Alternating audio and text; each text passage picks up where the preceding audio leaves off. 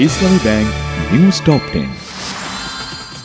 পূর্বাঞ্চলে প্লট জালিয়াতির অভিযোগে শেখ হাসিনা সহ তার পরিবারের সদস্যদের বিরুদ্ধে ৬ মামলার চার্জশিট অনুমোদন দিয়েছে দুদক। ৬ সংস্কার কমিশনের ১৬৬টি সুপারিশ ৩৪টি রাজনৈতিক দল ও জোটকে জানিয়েছে জাতীয় ঐক্যমত্য কমিশন। ব্রিফিং দেন কমিশনের সহসভাপতি অধ্যাপক আলী রিয়াজ। বনানীতে ট্রাক চাপায় ২ পোশাক শ্রমিক নিহত, প্রতিবাদে সড়ক অবরোধ করে বিক্ষোভ পোশাক শ্রমিকদের।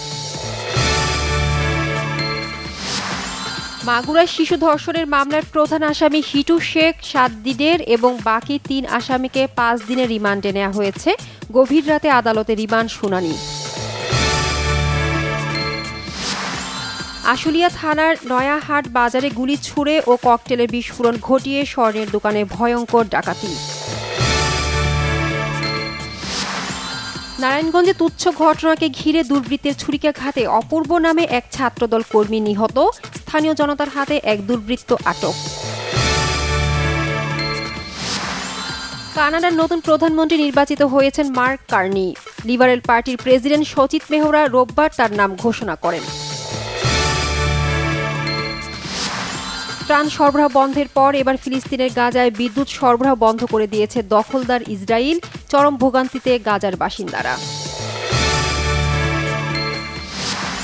সিরিয়ার লাতাকিয়া ও তার্তুসে ঘরে ঘরে ঢুকে হত্যা করছে অন্তর্বর্তী সরকার সমর্থকরা। আসাদপন্থী ও সরকারি বাহিনীর পাল্টাপাল্টি সংঘর্ষে পরিস্থিতি থমথমে।